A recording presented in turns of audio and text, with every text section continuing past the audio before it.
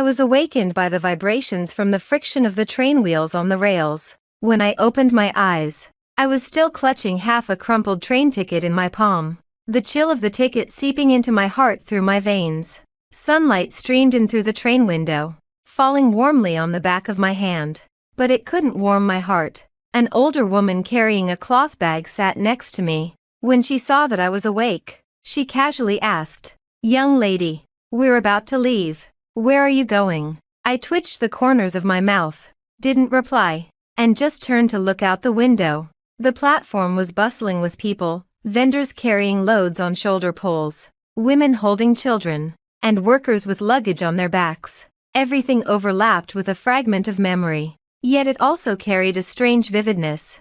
I was reborn. I was reborn at the age of 20, on the train that I was supposed to take south to join Lu Nongwei. In my past life, I traveled thousands of miles to his side with just this train ticket, willingly becoming the woman behind him. I did the laundry, cooked, served my in-laws, and kept the house in perfect order. I thought this was love, and that as long as I was good enough, he would eventually see my goodness. In the end, all I got was him appearing at my bedside with Lin Meiwan, saying, "I never loved you. I only married you to please my family." That illness dragged on for more than half a year. I closed my eyes in endless regret and resentment, and when I opened them again, I was back at the starting point of this journey. The train whistle sounded slowly, and the wheels began to move. I pulled myself out of my thoughts, my fingertips unconsciously tracing the station names on the train ticket, my heart filled with a deathly silence. I am no longer the silly girl from my past life who had nothing but Lu Nongwei in her heart.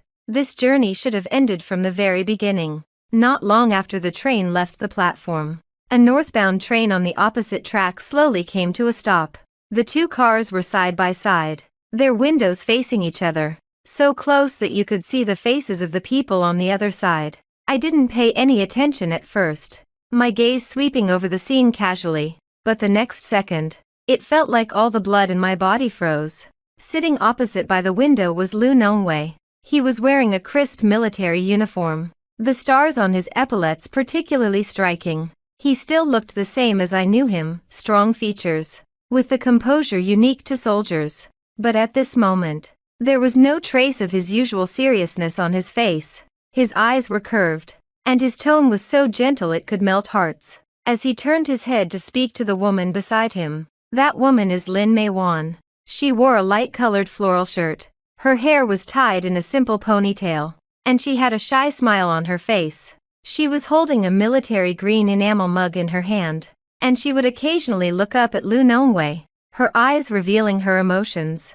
Lu Nongwei reached out and gently brushed away the stray hairs stuck in her hair, his gesture natural and intimate. That was a tenderness I had never felt from him before. It turns out that in my past life, when I was rushing to him with all my might, he was heading north with his first love, heading towards their future. I just watched them quietly, without anger, without crying or making a fuss, only a calm that felt like the dust had settled. But Lu Nongwei on the other side seemed to have noticed something, and suddenly turned his head, his gaze meeting mine directly. Time seemed to stand still at that moment. The gentleness on his face froze instantly. The smile on his lips solidified. His eyes widened abruptly. His pupils contracted sharply, and he stood frozen in his seat, as if someone had doused him with a bucket of cold water, chilling him to the bone. The enamel mug in his hand slammed against the car window with a crisp clang, but he seemed oblivious, staring straight at me with shock, panic, and a barely perceptible hint of guilt in his eyes, like a child caught red-handed. Startled by the noise, Lin Meiwan looked up at Lu Nongwei, then followed his gaze to me. The smile on her face faded, and a hint of doubt and wariness flashed in her eyes. She gently tugged at Lu Nongwei's sleeve. "Nongwei, what's wrong? What are you looking at?" Lu Nongwei ignored her, still staring intently at me. His lips moved as if he wanted to say something, but no words came out. The panic in his eyes grew stronger, and his fingers unconsciously clenched the hem of his clothes until his knuckles turned white. He probably never imagined that he would meet me under these circumstances. I should have been waiting for him at home, and I hadn't even had a chance to tell him that I was going south. I met his gaze without flinching or showing any other expression. I simply stared at him coldly, my eyes devoid of the humble expectations of my past life, and without a trace of emotion, as if I were looking at a complete stranger. The older woman next to her spoke up again. "Young lady, do you know that PLA soldier over there? He looks quite surprised." I looked away, not answering the old woman's question, but slowly turned my head to look in the direction the train was heading. There were no more whispers from Lu Nongwei and Lin Meiwan. No more vibrations from the train tracks. Only the steady beating of his own heart. Lu Nongwei. What I owed myself in my past life, I will take back in this life, bit by bit. And this absurd journey came to a complete end at this moment. Lu Nongwei, on the opposite train, was on edge. He was probably genuinely panicked, forgetting even to hide his panic. Lin Meiwan was still holding his arm, whispering, "Nongwei, what's wrong with you? Is it someone you know?" He acted as if he hadn't heard, and suddenly stood up. The chair slammed backward with a loud bang, drawing the attention of several passengers nearby.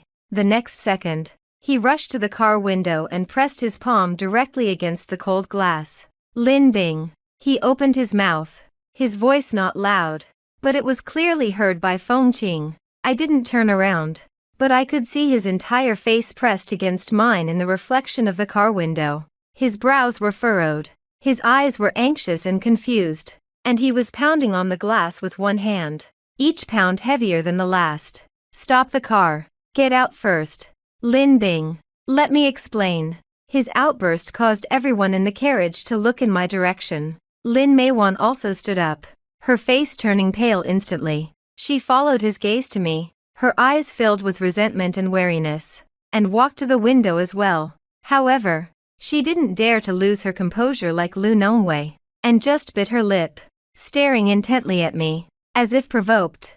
Lu Nongwei suddenly turned to the side, raised his hand and shoved Lin Meiwan aside. His movements were quick and direct, showing no mercy whatsoever. In that instant, almost in front of everyone, he pushed away his childhood sweetheart. Lin Meiwan staggered, her eyes instantly reddening. "Lu Nongwei, what are you doing?" He didn't even glance at her. All his attention was on me. His mouth opened and closed repeatedly, calling my name incessantly. His gestures urgent, telling me to get out of the car, to wait for him, and not to leave like this.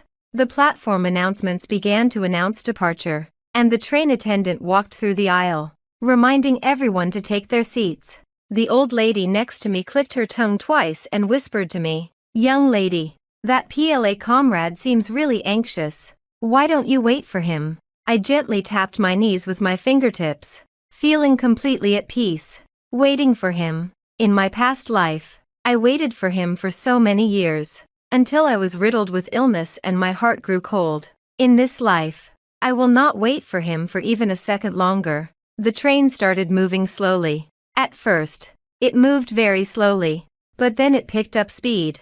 Lu Nongwei's face receded rapidly outside the window. His hand was still waving, his mouth was still moving, and the panic in his eyes was almost overflowing. I could clearly see the despair and helplessness in his eyes when he saw my indifferent expression. Lin Meiwan stood behind him, her face turning pale and then red.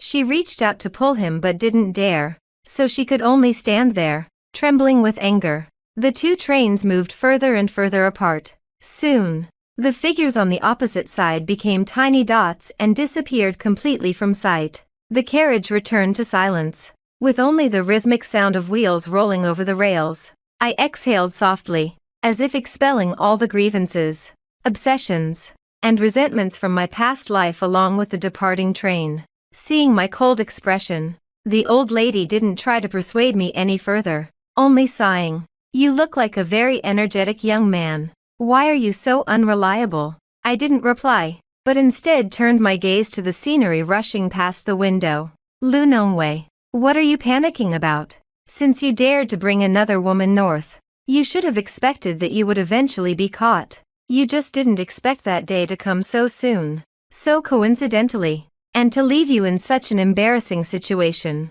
The train keeps moving forward and won't stop for anyone. My life is the same. This time, I will not look back." I will not ask any more questions. And I will not give him any chance to explain. He owes me. And he doesn't need to repay it. I just want to be even from now on. The train has arrived at the station. Without pausing, I picked up my simple luggage and walked straight out of the platform. I didn't go to Lunongwei or the accommodation he had arranged for me. Instead, I went to the address I remembered and found the instructor of the unit, Zhou Jianming. Instructor Zhou was an upright man with an excellent reputation in the army. He was principled and reasonable in his actions. In my past life, I had been wronged and thought about going to him for help.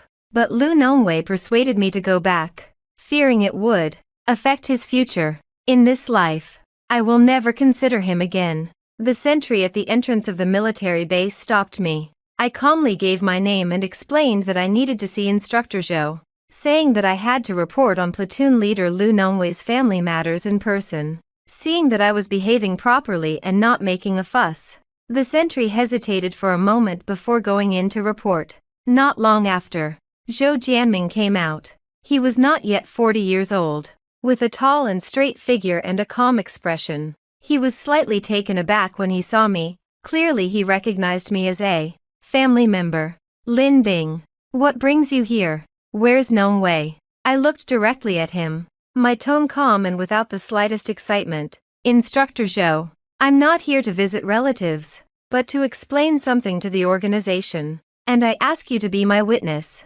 Zhou Jianming frowned slightly, sensing that something was amiss, and nodded. Come on, let's talk in my office. I followed him into the office building. Along the way, many officers and soldiers passed by, and they were all somewhat surprised to see me. After all, I was Lunongwei's lawfully wedded wife, and my sudden appearance alone in the military base with such a cold expression was bound to attract attention. Once inside the office, Zhou Jianming poured me a glass of water and sat up straight. Tell me, what exactly happened? I took the marriage certificate out of my bag and gently placed it on the table. The red booklet was particularly dazzling in the sunlight. Instructor Zhou, I want to divorce Lunongwei. After I said that, Zhou Jianming was visibly taken aback, clearly not expecting me to say such a thing. He paused for a few seconds, then softened his tone. Lin Bing, conflicts are inevitable between couples. Talk it out calmly.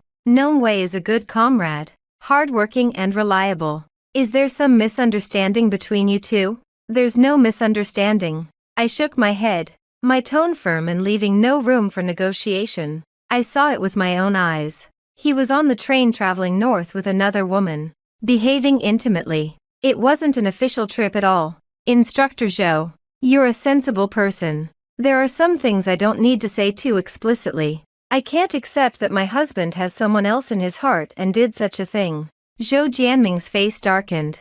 The military is most averse to misconduct, especially among officers. Once verified, the consequences are enormous. He was about to speak when a series of hurried footsteps sounded outside. The door was suddenly pushed open. Lunongwei stood at the door. His military uniform was somewhat disheveled, and his hair was slightly messy, clearly indicating that he had rushed back. He was taken aback when he saw me sitting in the office. Then panic flashed in his eyes. He quickly walked up to me. Lin Bing, what brings you here? Let's talk about this at home. Don't cause trouble for the instructor here. He reached out to grab my arm. I sidestepped, my movements swift and decisive, showing no mercy whatsoever. Lunongwei's hand froze in midair, his face turning pale and then red. I looked up at him, my eyes icy. Go home, Lunongwei. We have no home anymore. Today, in front of Instructor Zhou, I'm making this clear, I'm getting a divorce. Lin Bing, don't be ridiculous. Lunongwei lowered his voice, both anxious and flustered, still trying to maintain his image. It's not what you think. She and I were just going the same way. Don't overthink it. Going the same way. I chuckled softly, my laughter full of sarcasm. Does going the same way require such intimacy? Does going the same way require you to take care of her like that on the train? Lunongwei, you know perfectly well what you've done. You don't need to pretend in front of the instructor, and you don't need to lie to me anymore. Looking at the situation before him, Zhou Jianming roughly understood 7 or 8 parts of it. He coughed and looked at Lu Nongwei with a serious expression. Lu Nongwei, tell me honestly, what exactly happened? Lu Nongwei opened his mouth, his face grim, but he couldn't utter a single word in his defense. He couldn't explain it, nor could he explain it clearly. I witnessed that scene on the train firsthand, and all excuses seemed pale and powerless. Looking at his embarrassed and flustered appearance, I felt no pleasure, only indifference. The man I loved with all my heart and soul, now only left me with utter disappointment. Instructor Zhou, my stance is very clear. I spoke again, my voice not loud, but every word clear. My relationship with Lu Nongwei has broken down beyond repair. I am applying for a divorce. I will cooperate with the organization regarding the procedures and will not make trouble. Seeing the resolute look in my eyes, Lu Nongwei finally panicked. He disregarded the occasion, his voice trembling. Lin Bing, I know I was wrong. Please give me another chance. Okay, let's go back and live a good life together. I promise I'll never do it again. I stood up, straightened my clothes, and glanced at him indifferently, without a trace of lingering affection. Opportunity. I've given you countless opportunities. You just didn't cherish them. I had only taken a few steps out of the instructor's office when I heard a series of hurried yet deliberately soft footsteps behind me. I know who it is without even turning around. Sister Lin Bing. Wait a moment. Lin Meiwan caught up with them. She had changed into clean clothes and combed her hair again, but the panic and resentment in her eyes were impossible to hide. She stood in front of me, her hands clenched tightly, her eyes slightly red, looking aggrieved and vulnerable. Soldiers passing by would subconsciously glance at her a couple more times. In the military compound, even the smallest things between family members could spread quickly. She had clearly calculated this and wanted to keep the situation under her control. I stopped and looked at her calmly without saying a word. She couldn't hold back any longer, her voice soft and trembling with tears. Yet every word was directed at me. Sister Lin Bing, I know you've misunderstood. Nongwei and I really have nothing going on. We've just been friends since childhood. This time, he had some family business to attend to, and he gave me a ride on his way.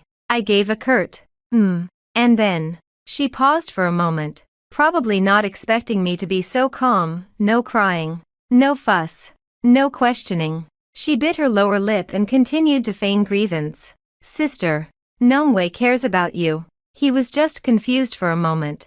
Don't divorce him. Don't ruin his future. He's had a tough life all these years. If he gets punished because of this, his whole life will be ruined. These words sounded like they were for Lu Nongwei's good, but in reality, every sentence implied that I was making a mountain out of a molehill, that I was being aggressive, and that I was trying to ruin a soldier's future. People around had already stopped and were secretly watching. I looked at her and said in a low but clear voice that everyone nearby could hear, Lin Meiwan, you got two things wrong.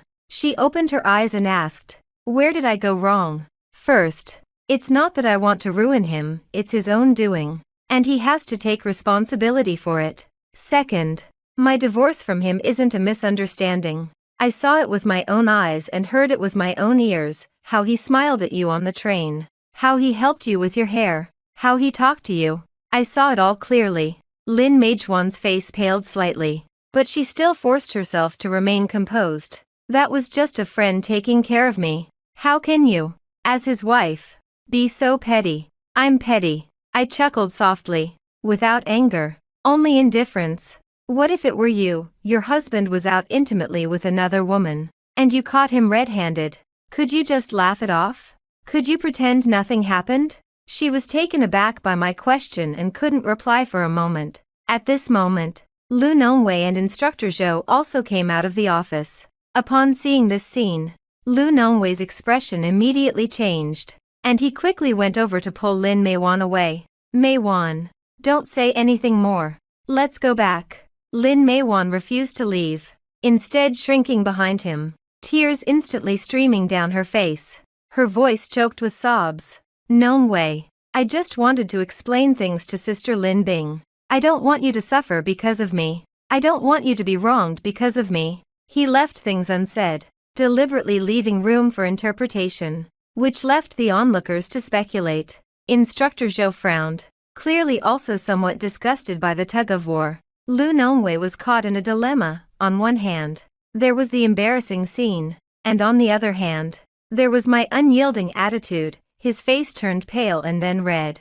I didn't waste any more time with him. I took something out of my pocket and gently unfolded it. It was a neatly folded letter. It wasn't written by me, it was a letter Lin Meiwan had written to Lu Nongwei, which I found at the very bottom of his desk in my past life. After being reborn, I immediately went to my old residence to retrieve it and have carried it with me ever since. I didn't read it aloud in front of everyone, but instead handed it to Instructor Zhou. Instructor Zhou, this is a letter Lin Meiwan wrote to Lu Nongwei. It involves personal feelings. You can take a look, you'll know whether they're just ordinary friends or something else at a glance. Lin Meijuan's face turned completely white in an instant, and her voice changed tone. You, how could you have this? I didn't look at her, I just calmly looked at the instructor. Instructor Zhou took the letter, glanced at only a few lines, and his face immediately darkened. His gaze towards Lin Meiwan became more serious. Lu Nongwei's face was ashen. He knew what the letter said. Once confirmed, all his defenses would be untenable. Lin Meiwan panicked and could no longer maintain her weak and innocent demeanor. She reached out to grab it, saying, I wrote it wrong. It doesn't count. You can't believe her. Written incorrectly. I looked up, my gaze cold. A letter written incorrectly. And you still have to go out of your way to deliver it to the army. Lin Meiwan, do you think everyone is like you? Treating others like fools. Her hand froze in midair, unable to move forward or backward. Tears streamed down her face. But she evoked no sympathy whatsoever, only utter disarray. The surrounding gazes gradually shifted from initial curiosity to understanding, and even a hint of subtle disdain. In the military, conduct is the most despised trait. Instructor Zhou put the letter away, his expression serious. Lin Meiwan, the organization will verify this matter. You should leave the military compound first and not disrupt order here. In short, they directly told them to leave. Lin Meijuan's face turned deathly pale. Her lips trembled, and she couldn't utter another word in defense. She glared at me venomously, then at Lu Nongwei, who remained silent and dared not protect her. Finally, she gritted her teeth, covered her face, and stumbled away. Lu Nongwei watched her run away, then looked at me, his eyes filled with despair, guilt, and a hint of regret. I didn't look at him again, nor did I watch this farce anymore. The truth has been revealed, and justice resides in the hearts of the people. I turned around and walked forward step by step. The sunlight fell on me, warm and comforting. I won this round. It wasn't about winning against Lin Meiwan, it was about winning against the self from my past life who had been so submissive and humble. The divorce proceedings went very smoothly. Lu Nongwei initially tried to salvage the relationship. He waited for me downstairs at the guest house where I was staying every day, sometimes until late at night. When we met, he would only repeat one sentence. Lin Bing, I really know I was wrong. Please give me another chance. Each time, I would just shake my head slightly, without saying a word or giving a second glance. When the heart is dead, no amount of apology will make a difference. Following the proper procedures, Instructor Zhou verified the situation and had a serious talk with Lu Nongwei. His eligibility for performance evaluation in the military was temporarily suspended, and his future prospects were now inevitably affected. I don't care about these things, nor do I care. What I want has never been revenge, but liberation. On the day of the signing, Lu Nongwei's hand trembled as he held the pen. The pen tip repeatedly pricked the paper, leaving ink splatters. He looked up at me, his eyes bloodshot, his voice hoarse. Lin Bing, are you really not leaving me any room at all? I pushed the signed agreement in front of him, my tone calm. From the moment you took her on that train, there was no turning back. His lips moved, but he ultimately lowered his head and carefully signed his name. With those 3 words spoken, we were completely even. Stepping out of the office, the sun was shining brightly, and a gentle breeze caressed my face. For the first time, I felt the air was so refreshing and my steps so light. The burden that had weighed on my heart for 5 years in my past life has finally been completely lifted. I didn't go back to my hometown. Instead, I stayed in the local area. My best friend Zhao Guilin heard about what happened to me and rushed over that very day. The moment she saw me, she grabbed my hand, her eyes red-rimmed. Bingzi, you should have stood up for yourself a long time ago. That kind of man isn't worth you making yourself suffer. From now on, I'll be there for you. We'll make it work. I smiled and nodded, feeling a warmth in my heart. In my past life, I distanced myself from everyone who truly cared for me because of Lu Nongwei. In this life, I will make up for it all. One by one, I had some money saved up, and I borrowed some more from Guilin. I rented a small stall at the entrance of the vegetable market to sell breakfast and braised food. I'm skilled, quick, use high-quality ingredients, and the food tastes delicious. Business boomed within days of opening. I get up before dawn every day, kneading dough, preparing fillings, and making braised dishes, working until closing up shop in the evening. Although it's tiring, I feel at peace. Every penny is earned by myself. Every meal is earned by myself. I don't have to worry about anyone's opinion or cater to anyone's emotions. This kind of life is 100 times more comfortable than being trapped in a broken marriage.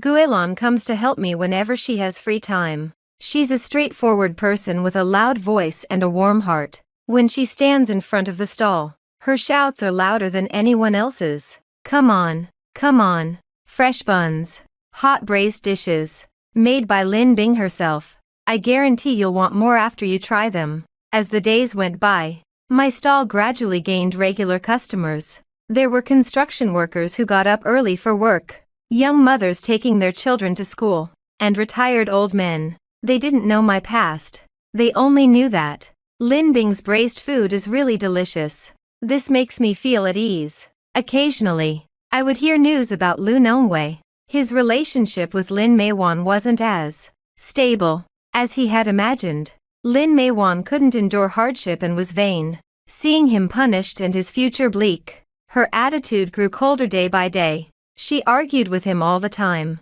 blaming him for ruining her reputation and for not being able to protect her. The false tenderness and consideration he showed on the train was quickly worn away by petty arguments. Some people say that Lu Nongwei often smokes alone at the entrance of the military base, standing there for a long time with a vacant look in his eyes. And he looks several years older. Some people say that he has passed by my stall several times, stood at a distance and watched, but never dared to get close. I just listen to those words and forget about them. I never take them to heart. One day I closed up early and was packing up when I heard a familiar yet unfamiliar voice behind me. Lin Bing. I turned around and saw Lu Nongwei standing not far away. He was dressed casually, looked haggard, and even had a few gray hairs. His gaze was complex, containing guilt, regret, and a hint of pain that I couldn't decipher. I didn't say anything. I just looked at him quietly. He opened his mouth,